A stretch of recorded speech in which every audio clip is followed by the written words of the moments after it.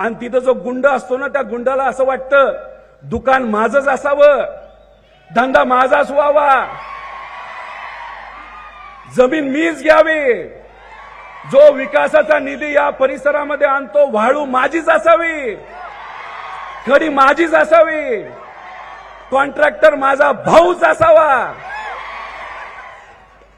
अहो काही व्यापाऱ्यांना मी भेटलो, त्यांनी सांगितलं पहिलं मार्केट कोण उघडतं तर इथले लोकनेते उघडतात आणि मग दुसऱ्यांनी त्या ठिकाणी तिथं मार्केट उघडायचं। त्यामुळे ही संधी आहे, मग त्या संधीचं सोनं करणार का नाही करणार? अहो पण काय आहे, खोट्या केसेस खूप प्रमाणात या युवांवर टाकल्या जातात। तुम्ही घाबरणार का या पोलिसांना?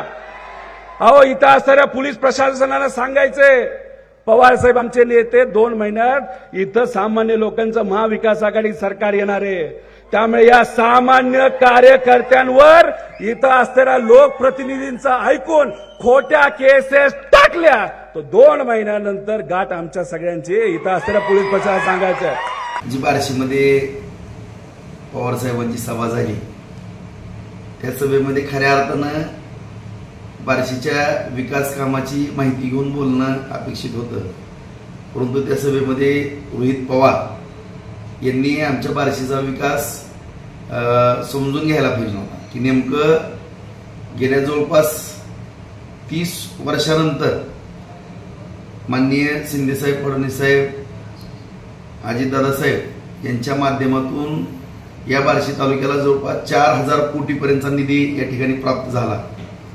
या ठिकाणी उपसा सिंचन योजना असेल, शहराच्या पाण्याचा विषय असेल, शेतीच्या पाण्याचा विषय, साठवण तलाव आहेत, बंधारे आहेत, रस्ते आहेत, MIDCनं एकदम गती पकडलेली आहे। त्या ठिकाणी उद्योग उभा राहावं लागलेले आहेत, रोजगार त्या ठिकाणी मिळतोय। येणाऱ्या 6 महिने ते 1 वर्षाच्या आत 50,000 एकर जमीन नव्यानं बागायत होती या ठिकाणी आणि माझा मानस आहे की 5 वर्षामध्ये 1 लाख एकर जमीन मी बागायत करतो या ठिकाणी। फक्त बारामतीचाच विकास होणं म्हणजे संपूर्ण राज्याचा किंवा देशाचा विकास झाला असं न समजता, ठीक आहे बारामतीचा पण करा, परंतु इतर तालुके दुष्काळी कोणी ठेवले हे जरा रोहित पवारांनी त्यांच्या थोड्या आजोबा ज्येष्ठ आहेत त्यांना जर विचारलं असतं तर बरं झालं असतं। परंतु या ठिकाणी टीका करताना काही जमिनीचा विषय काढला, काही व्यापाराचा विषय काढला, माझ्या भावांच्या व्यवसायाचा विषय। व्यवसाय करणं मराठी माणसानं काही गुन्हा नाही। आज या ठिकाणी आम्ही आमच्या तालुक्यामध्ये किंवा या भागामध्ये व्यवसाय करत असताना प्रामाणिकपणाने व्यवसाय करतो, कुणाच्याही 1 रुपयाच्या लबाडीमध्ये आम्ही कधीच नाही, कुठलाही चुकीचा व्यवसाय आम्ही या ठिकाणी केलेला नाही। आज उद्योगधंदे न करता केवळ या ठिकाणी रोहित पवार तुमच्या ज्या प्रॉपर्ट्या वाढलेल्या आहेत ते कुणाचे कमिशन घेऊन आणि काय आतापर्यंत कुठं काय खाल्लं तुम्ही आणि कशातनं तुमच्या प्रॉपर्ट्या वाढल्या त्याचं पहिल्यांदा उत्तर द्या आणि तुमची लायकीच काय। कारण संपूर्ण महाराष्ट्राला लुटणारी तुम्ही आणि दुसऱ्याच्या नावानं ओरडता येतं आणि या ठिकाणी गुंडगिरी या बार्शी शहरामध्ये तालुक्यामध्ये कुणाची होती आणि कुणी मोडीत काढली हे संपूर्ण बार्शीकराला माहीत आहे। आणि या ठिकाणी आम्ही छत्रपती शिवरायांचे मावळे आहोत, छत्रपती शिवाजी महाराजांचा आदर्श डोळ्यासमोर ठेवतो, डॉक्टर बाबासाहेब आंबेडकरांच्या घटनेप्रमाणे या ठिकाणी आम्ही काम करतो। या ठिकाणी गुंडगिरी वगैरे आम्ही करण्याचा कुठला प्रश्नच उद्भवत नाही आणि कुठल्याही ठिकाणी गुंडगिरी आम्ही होऊन दिलेली नाही।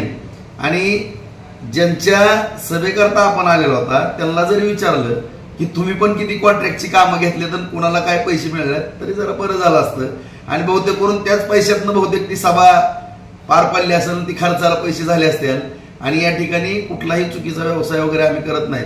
परंतु जे काही रोहित पवारांना त्याच्या परिवारांना आतापर्यंत चुकीचे महाराष्ट्रामध्ये धंदे केलेले आहेत सगळ्याला जग जाहीर आहे। आणि किती तुम्ही पुण्यामध्ये जमिनी हाणल्या, कुठल्या बँकेला टोप्या घातल्या, कसे तुमचे कारखाने उभे राहिले, मगरपट्ट्यामध्ये काय तुम्ही दिवे लावले हे सगळं माहिती आहे। राजा राऊताला तर जास्त माहिती आहे। माझा नाद करू नका, ज्यांनी नाद केलेला आहे त्यांना मी गॅरेगरचे गाड्या लावून दिलेले आहेत, तुम्ही सुद्धा एखादा गॅरेगरचा गाडा लावचाल त्याच्यामध्ये वाचणार नाही, त्याच्यामुळं माझा नाद कुणी करू नये, माझं मी खंबीर आहे। आणि असले 10 रोहित पवार जरी आले तरी तुझी माझी जमली, आता रोहित पवार तुला मी आहे आणि तू आहे, ती बघून घेऊ आपण पुढे काय असेल त्या।